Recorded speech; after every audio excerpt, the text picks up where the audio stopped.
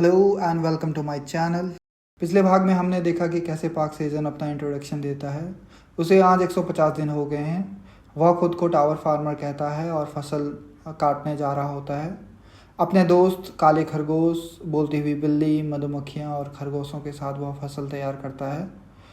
इसके बाद वह बताता है कि कैसे वह टावर में आया और अपने जीवित रहने की कहानी शुरू करता है। तो दोस्तों, कहानी कुछ इस प्रकार शुरू होती है।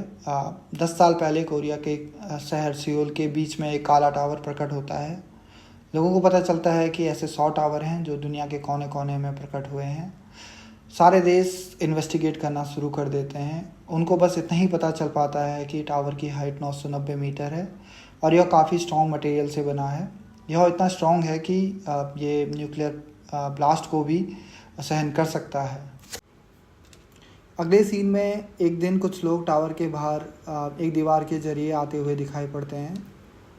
उन्होंने एडवेंचरर्स के कपड़े पहने हुए होते हैं। मीडिया उनसे सवाल पूछती है कि वो टावर के अंदर कैसे घुसे। तो उनमें से एक एडवेंचरर बोलता है कि उसे एक दिन अचानक से किसी ब्लैक होल ने अपने अंदर समेट लिया था और जब वह उठा तो उसे पता चला कि वो टावर के फर्स्ट फ्लोर पे है। सारे 100 के 100 टावर आपस में कनेक्टेड होते हैं। जब भी आप टावर के अंदर जाते हो तो आप फर्स्ट फ्लोर पे रिवाइव होते हो और आपको एक रोल पिक करना होता है। या तो आप मैजिशियन बन सकते हो या आप वॉरियर बन सकते हो। दूसरे फ्लोर से मॉन्स्टर दिखाई देने शुरू होते हैं। जब भी आप कोई फ्लोर क्लियर करते हो तो आपको अलग अलग तरह के रिवॉर्ड मिलते हैं। अगर आपकी किस्मत अच्छी हुई तो आपको एक टिकट भी मिल सकता है। टिकट एक तरह का आइटम है जिसके ज़रिए आप जो है टावर के अंदर बाहर फ्रीली जा सकते हो। अवेकन एसोसिएशन का एक व्यक्ति एक कॉन्फ्रेंस में कुछ लोगों से पूछता है कि क्या आपको पता है कि क्यों लोग ऐसी भयानक जगहों पे जाना चाहेंगे जहाँ पे बहुत सारे मॉन्स्टर हो, और क्या आप जानते हैं कि ये टावर कैसे प्रकट हुए। कोई नहीं जानता, लेकिन एक बात से हम सब सहमत हैं कि टावर आपको बहुत सारे पैसे देने वाला है। अवेकन एसोसिएशन एक टाइप का ग्रुप है जो आपको टिकट प्रोवाइड कराता है ताकि आप ब्लैक टावर के अंदर बाहर जा सको। अगले सीन में मीडिया की एक एंकर बताती है कि अवेकन एसोसिएशन ने अनाउंस किया है कि अगले हफ्ते से ब्लैक टावर टिकट का जो प्राइस है वो 150 मिलियन वॉन से 250 मिलियन वॉन होने वाला है। वह यह भी बताती है कि ऐसे हज़ारों लोग कतार में खड़े हैं जो कि टिकट ख़रीदना चाहते हैं प्राइस ज़्यादा होने से पहले। अगले सीन में हमारे हीरो की एंट्री होती है जहाँ पे वो एक शॉपकीपर से कुछ सब्जियाँ खरीद रहा होता है। शॉपकीपर बोलती है कि दुनिया पागल हुए जा रही है। यहाँ लोग अपनी जान खतरे में डाल के पैसा कमाने जा रहे हैं और अवेकन एसोसिएशन उसके लिए 200 मिलियन वॉन मांग रहा है। क्या तुमको लगता नहीं है ये बहुत ज़्यादा है यंग मैन? शॉपकीपर के रिप्लाई में पाक सेजन बोलता है, हाँ हाँ यू आर राइट। उसके बाद अपने मोबाइल पे कुछ कैलकुलेशन करता है। ट्यूशन फ़ीस हटा के, रेंट हटा के वो पाता है कि उसके पास सिर्फ 12 मिलियन वॉन्स है और वह बहुत कम है ब्लैक टावर में जाने के लिए।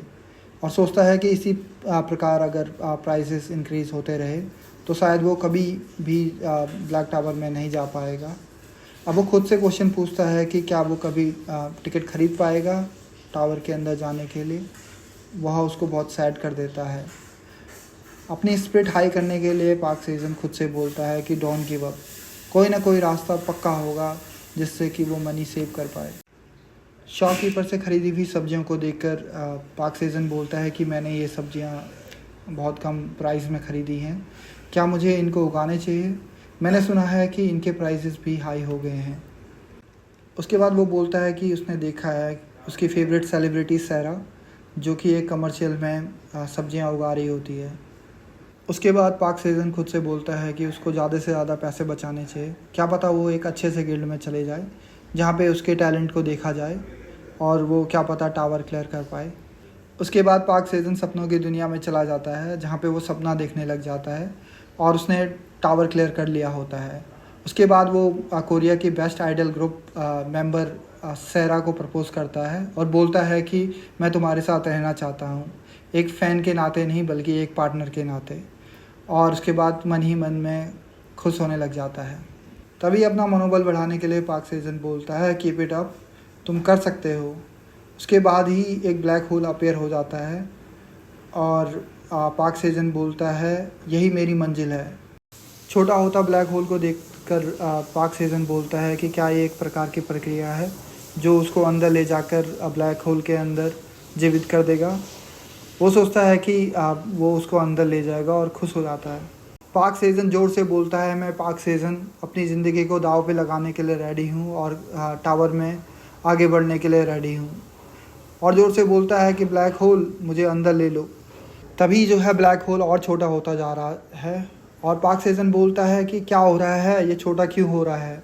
वो ब्लैक होल से बोलता है कि हे ब्लैक होल मुझे अंदर ले लो।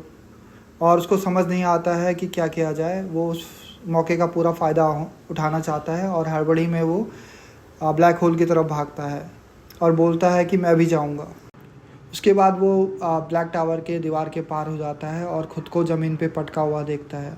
उसको शायद चोट लग जाती है और खुद बोलता है आउच, क्या मैं टावर के अंदर आ गया।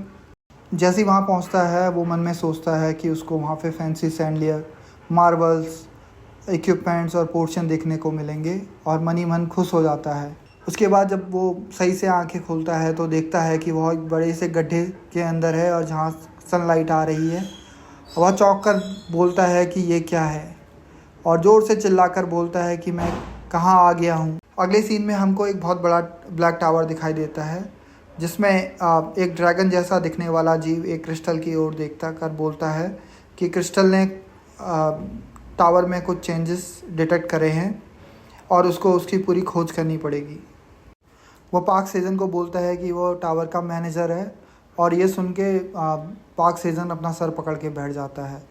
आगे की कहानी नेक्स्ट भाग में।